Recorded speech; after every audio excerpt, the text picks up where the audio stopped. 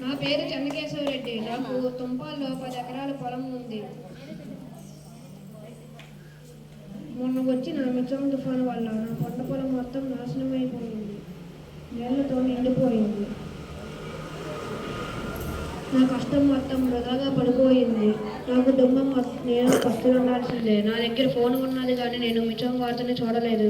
మిచం వార్తని చూసుంటే నేను ముందుగా జాగ్రత్త పడేవాడిని. సంక్రాంతి వస్తుంది కదా, కొత్త బట్టలు కొను.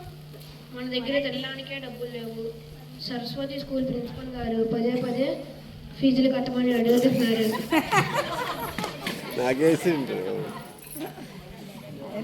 నేను ఈ సంవత్సరం స్కూల్ మానిపించేస్తా. ఇంకా భగవంతుడే మనల్ని చూసుకోవాలి.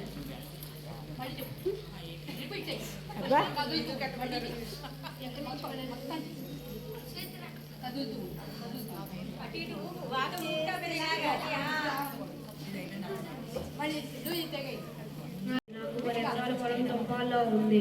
మొన్న వచ్చిన మిచం తుఫాను వల్ల నా పంట పొలం మొత్తం నాశనం అయిపోయింది, నీళ్లతో నిండిపోయింది. నా కష్టం మొత్తం వృధాగా పడిపోయింది. నేను నా కుటుంబం ఇప్పుడు పస్తులుండాల్సిందే. నా దగ్గర ఫోన్ ఉన్నది కానీ నేను మిచం వార్తని చూడలేదు. మిచం వార్తని చూసుంటే నేను ముందుగా జాగ్రత్త పడేవాడిని. సంక్రాంతి పండుగ వస్తుంది కదా, కొత్త బట్టలు కొనండి. మన దగ్గర తినడానికే డబ్బులు లేవు. సరస్వతి స్కూల్ ప్రిన్సిపల్ గారు పదే పదే ఫీజులు కట్టమని అడుగుతున్నారు. నేను ఈ సంవత్సరం స్కూల్ మానిపించేస్తా. ఇంకా భగవంతుడే మనల్ని చూసుకోవాలి. Thank you.